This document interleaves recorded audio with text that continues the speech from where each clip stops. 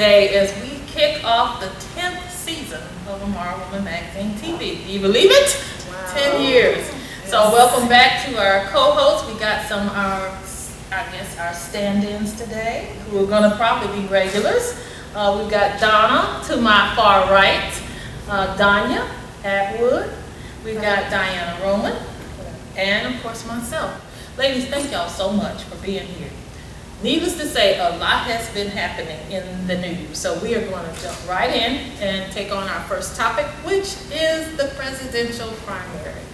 South Carolina is ground zero for all 20-some Democratic candidates that are making their way into our state. Do you think that many candidates is going to pretty much exhaust the energy and effort of a lot of the campaign, and more people will kind of stay home and we might have a re-election of a Donald Trump? What do you think?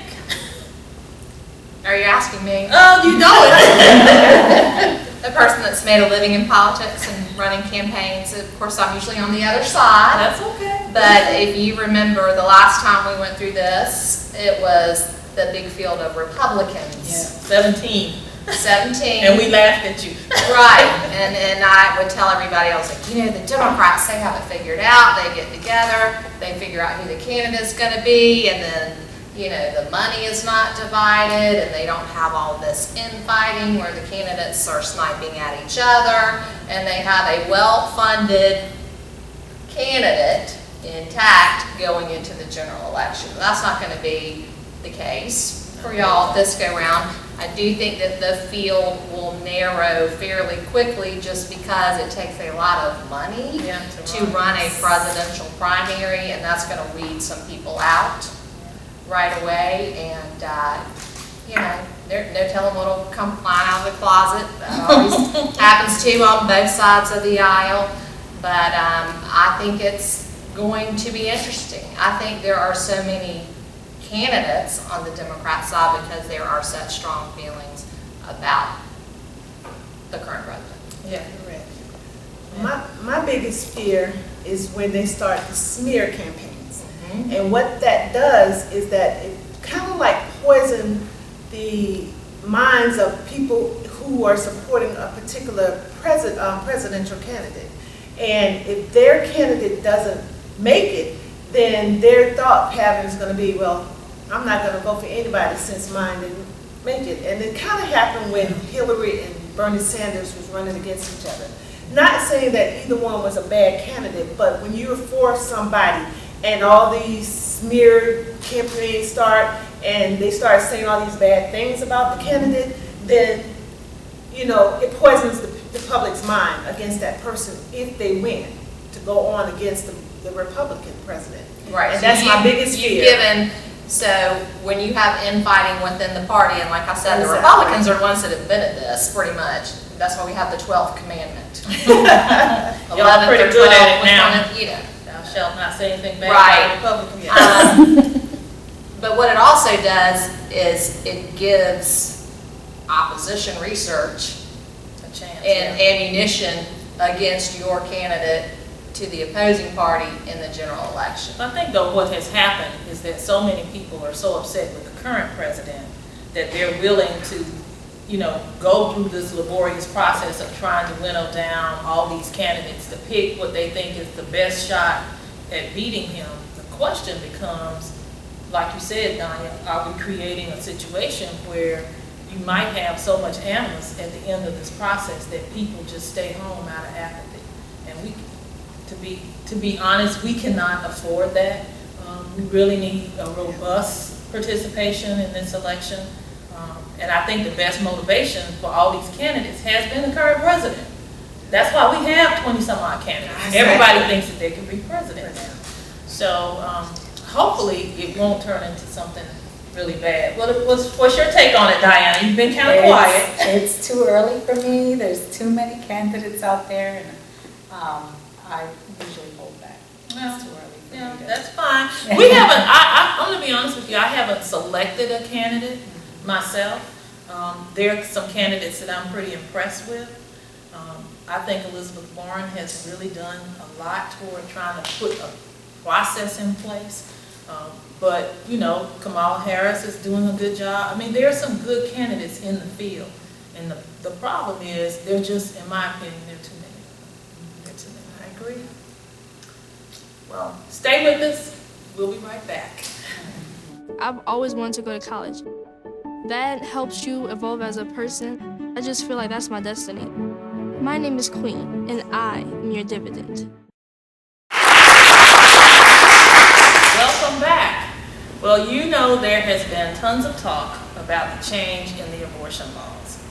Roe v. Wade is decades old, but yet southern states across the country are slowly changing the abortion laws, making them stricter and stricter and stricter. Pretty soon, abortion, if it keeps up this way, will be outlawed entirely. Doctors will be sent to prison. I mean, are we going backwards? Do women have a right to choose what happens to their own bodies? My belief is that personally, I'm not for abortions, but I believe a woman has the right to say what happens to her body. Because for one, you cannot tell a woman that she has to carry a baby if she does not want to carry that baby, because I would rather them discard the baby firsthand than to bring the baby into the world and then do something to the baby later on. Just within the past 2 weeks, we've had so many cases where parents have killed their children. Take for instance the man that killed his 5 children, Timothy Jones.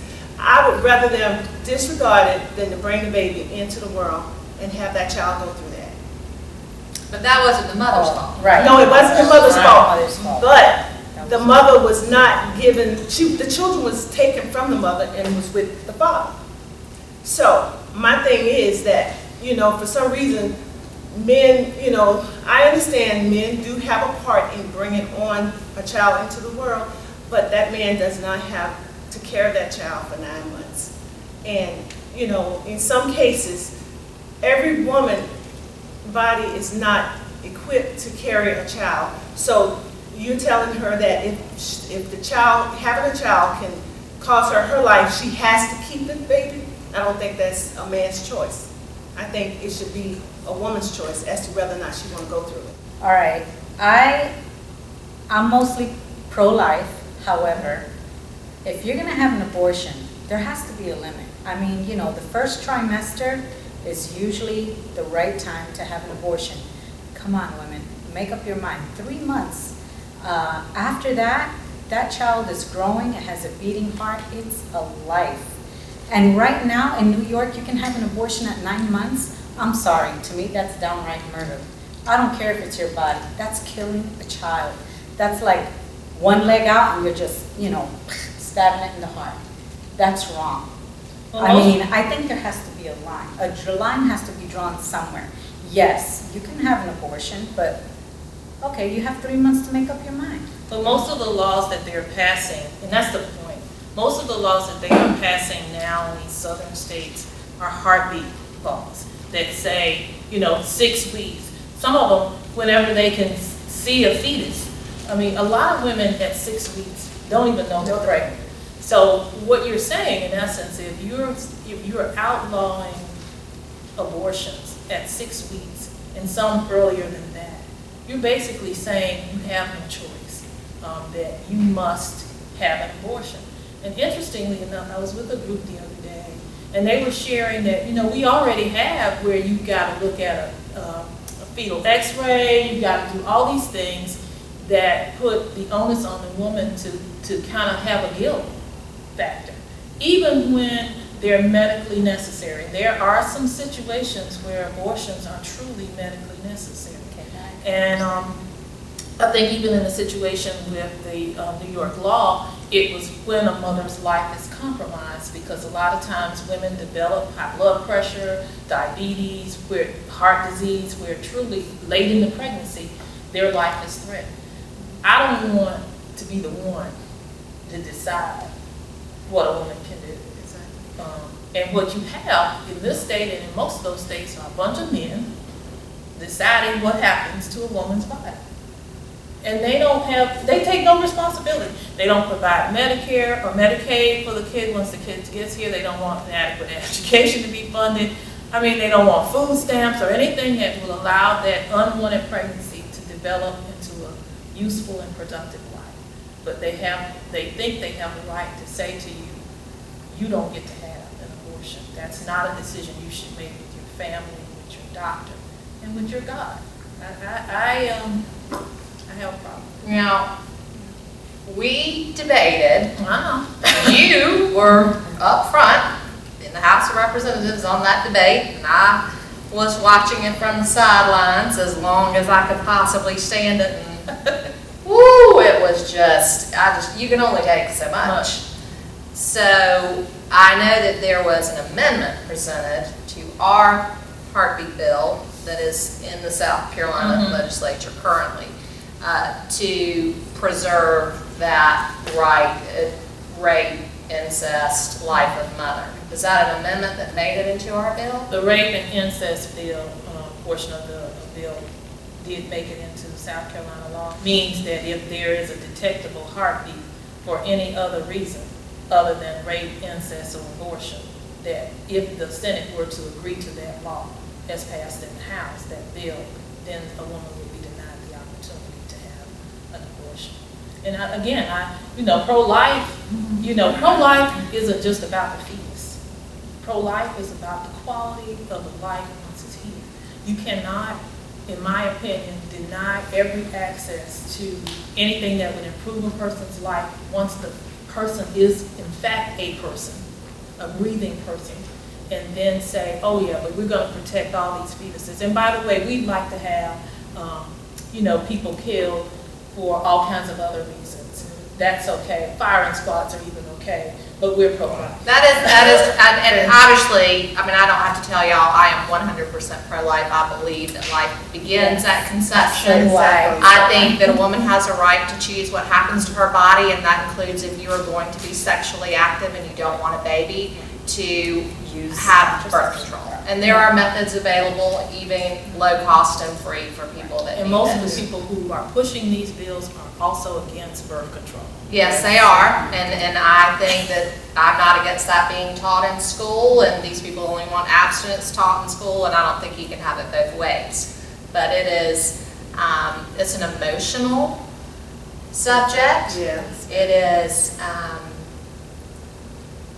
it has a lot of angles, and I think unless you have been in certain situations, it's hard to dictate. And I agree with that, but I think as we look at it, the thing we don't need is the laws coming down like a hammer and then allowing no decisions to be made other than the decisions of men who really don't have any business making. Exactly, that's the bottom line. So, All right, well, we could spend a whole show trying to get to the bottom of this. It's something we may revisit again later in the season. I'm sure we will. But stick with us. We're going to come back and talk a little bit about education reform in South Carolina. Join IMARA Woman Magazine at the 18th Annual Health Empowerment Tour.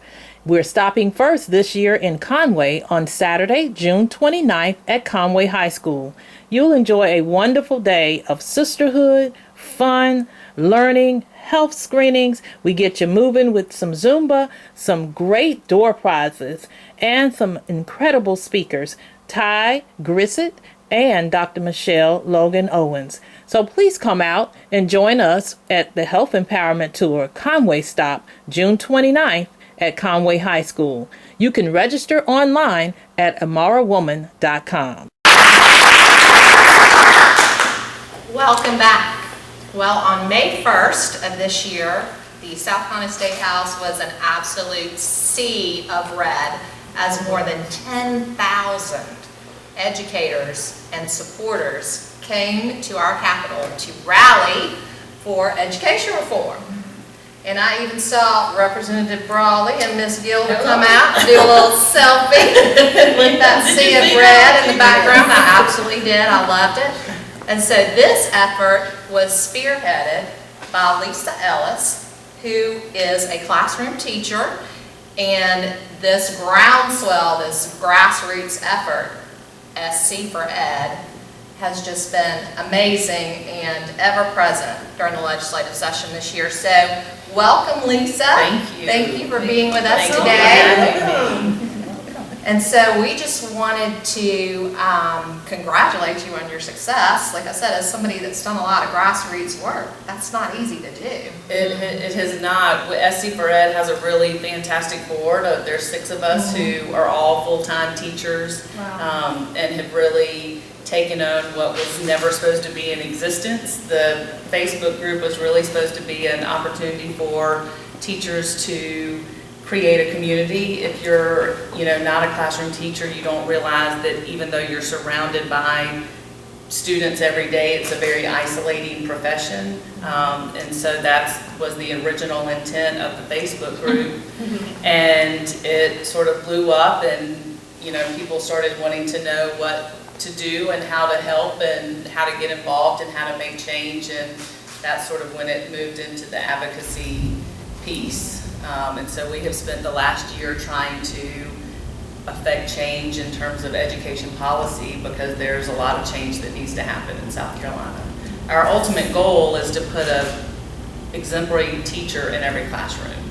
And right now we've got a teacher shortage, and so that is not the case. So, yeah. Well, I hear so many people argue that, there's one of the largest raises in modern history for teachers in this year's state budget, and you got your raise, so what is the deal? But this isn't just about money. This isn't even really about money.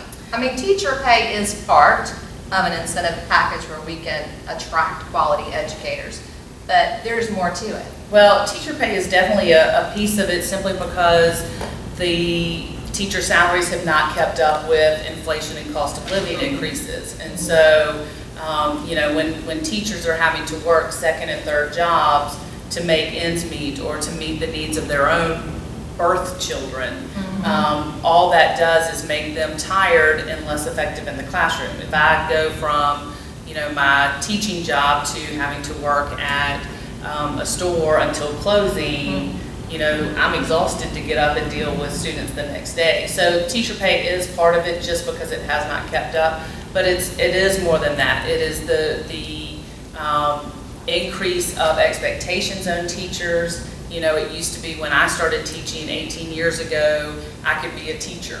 Now my role is a teacher and a guidance counselor and a coach and a big sister, a disciplinarian, all of those pieces. The paperwork has added on, and a lot of it is unnecessary. Yeah. It doesn't help the student, it doesn't help the child, and it's burdensome and exhausting in its own. So there's a lot of things that need to change. The class sizes have increased every year that I've been a teacher. So there's a lot of things that are not necessarily connected to teacher salary and funding, but need to happen in order to get teachers back in the classroom.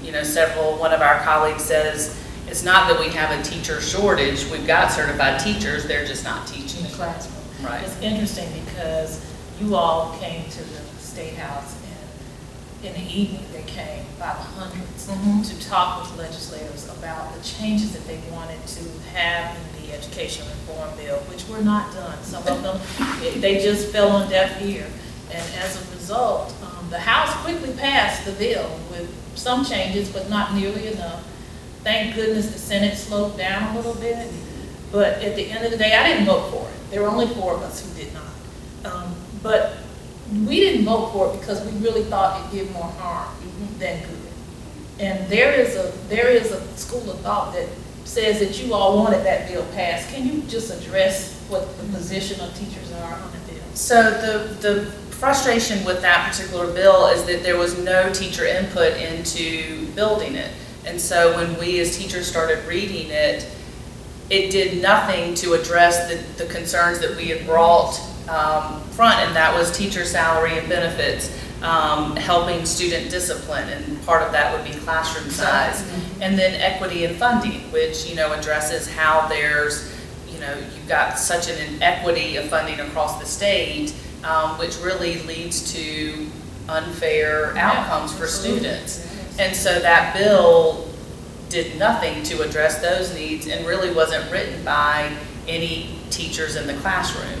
And, you know, I joke, I say there's a teacher shortage, there's not an administrator shortage, there's not a district office shortage, there's not a school board shortage, it's teachers. And so if you want really to reform, you need to listen to them. And like you said, we came out and it was a 5-hour legislative or a subcommittee session, and we picked apart the bill, and you know, the next day there were 20 people who had jumped in to co-sponsor. And so it was really a frustrating experience.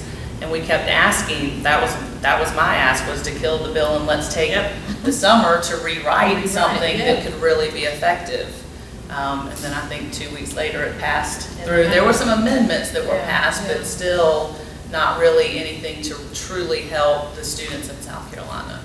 I'll say this, the amendments that were passed were ones that really should have been a part of the bill to begin with.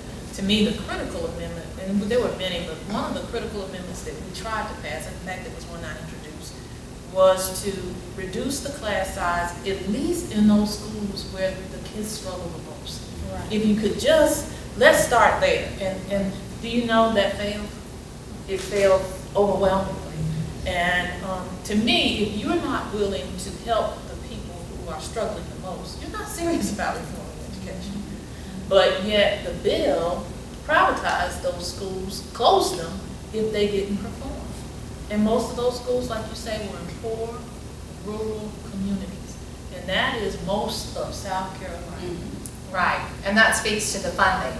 Yeah, the funding and the intention that if you want an education reform bill, you've got to have the people who do this every day as a part of the process. So Lisa, are y'all drafting a bill that maybe you could get introduced in January? We would like to. We are school teachers, so we don't know how to draft a bill in terms of the language, because it's not really the most user-friendly language. But we would really like to work with some House members, you know, so anybody really,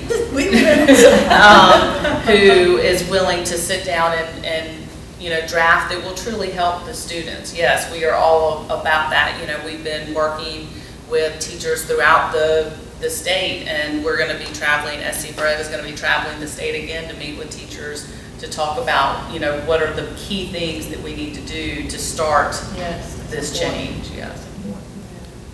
Well, I would suggest that we do that, because this bill is not dead. It's just that we ended our legislative session, but we have another year in this term, and it's very possible that that very bill that was passed in the House with only a few changes in the Senate will pass next year. So I think, you know, even if we don't do one as comprehensive as that 84-page bill was, we could do something on a smaller scale that really targets those areas that are most troubling: teacher pay, class size, discipline, and try to come up with something that I'd be more than happy with. That would be fantastic. That would be awesome.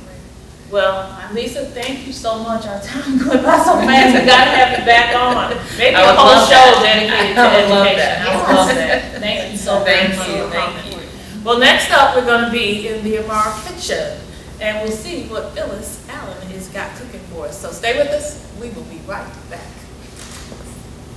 I've always wanted to go to college. That helps you evolve as a person. I just feel like that's my destiny. My name is Queen, and I am your dividend. Well, welcome back. This is exactly my favorite part of the show. Phyllis Allen is a registered dietitian. She's been with IMARA for many, many years, actually since we started. 19 years ago, and this show is 10 years old, so this is a lot of time. And you got a wonderful recipe for us today that smells absolutely delicious. So tell us a little bit about what we're doing in the kitchen. Okay, well, this is a zesty bean salad, and it's very easy. Everything you need is right over there on that corner. You need 3 cans of beans, and beans are low in fat, high in fiber, high in protein. And olive oil and vinegar and a few spices and lots of fresh vegetables, and you just mix it all together, and you have a wonderful dip that you can use. In the summer particularly, goes nice with grilled chicken, grilled fish, anything you do on the grill. Or you can use it as a dip for tortilla chips. And this is a nice whole wheat tortilla chip that goes great with the dip. Now this one, let you know ladies, this one is very spicy. And then the one we're making up now is, doesn't have the serrano peppers in it. So if, whatever you prefer, spicy or mild, Okay. we have it for you today. So in here we have a bag of, 10-ounce bag of corn. We have black beans, white kidney beans, cannellini beans, and then red kidney beans. And I've diced up in here, here's some wonderful little, you know, I love gadgets. Yeah. And one of the things I don't like to do is dice up all this Me stuff. either, So me you either. get one of these dicers in 5 minutes and you have all those vegetables over there diced up. And if you want to go ahead and drop that in the bowl, she'll stir it up. Oh, so you pour the whole thing? Mhm, the What whole is it, thing. like a whole onion? It's a whole onion. And it's red. We got half a red pepper, half a whole bell pepper, yellow and orange pepper. You can use all of one Very color. colorful, yeah. Very colorful. And really good with fiber. And then in the dressing, we have olive oil, we have red wine vinegar, we have chili powder, garlic, That's good. and cumin. We pour all of this? Pour all of it in. And I will tell you a little trick about raw onion in something like this, or a pasta salad I've learned. I'm sure you know this trick, Phyllis. But some people don't like that kind of bite that a raw onion has. So after you chop it, if you'll put it in some cold water, just cover it with cold water and put it in your refrigerator for like 5 minutes, it'll take that bite. You'll still get the good flavor, but it'll take that kind of raw onion. Look at that color. Smells good. That was a third a cup of olive oil, 2/3 cup of the red wine vinegar, and a tablespoon and a half of cumin, about a half teaspoon of chili powder, a couple of cloves of garlic, and some cilantro. And what Very about my simple. zest over here that I'm And then now we're gonna put a little I was lemon wondering what zest you in were there. doing. I'm zested. It's another gadget. Another gadget. Well, this should make your life easier in the kitchen. I really like this. And you see how she's, Yeah, I like that too. you can find them at any store, but you see how easy it is to zest. And you just want to zest down, you don't want to get the white Right, the part white because part. it's very bitter. You just want to get the pit, as they say. Okay. Oh, okay. Got it. Or where do we I've put, been where's the zesting zest raw. go? And then it goes right into Oh, it goes the right in. salad. And this is nice so that you can adjust this according to your own taste. If you like a little less onion, you don't want any corn, you can just kind of mix this up according to your own taste. And you just do the beans right out of the can? And Right in drain the can, no salt, and then you rinse them. And if you happen to have some with salt, just rinse off that briny solution. You still lose a lot of the sodium in it. Very fresh, lots of, as I said, high in protein, rich in fiber, lots of vitamins and minerals. Yeah. Great. And believe it or not, ladies, that completes our show today. We hope that you all learned something that both inspires and empowers you, and that you continue to watch tomorrow. Yeah, so you can watch IMARA every fourth Sunday and check your local listings for air times. And you can watch them anytime online at IMARAwoman.com. And don't forget to like Amara Woman on Facebook and Amara Woman. Follow us on Twitter. Until the next time, peace and blessings.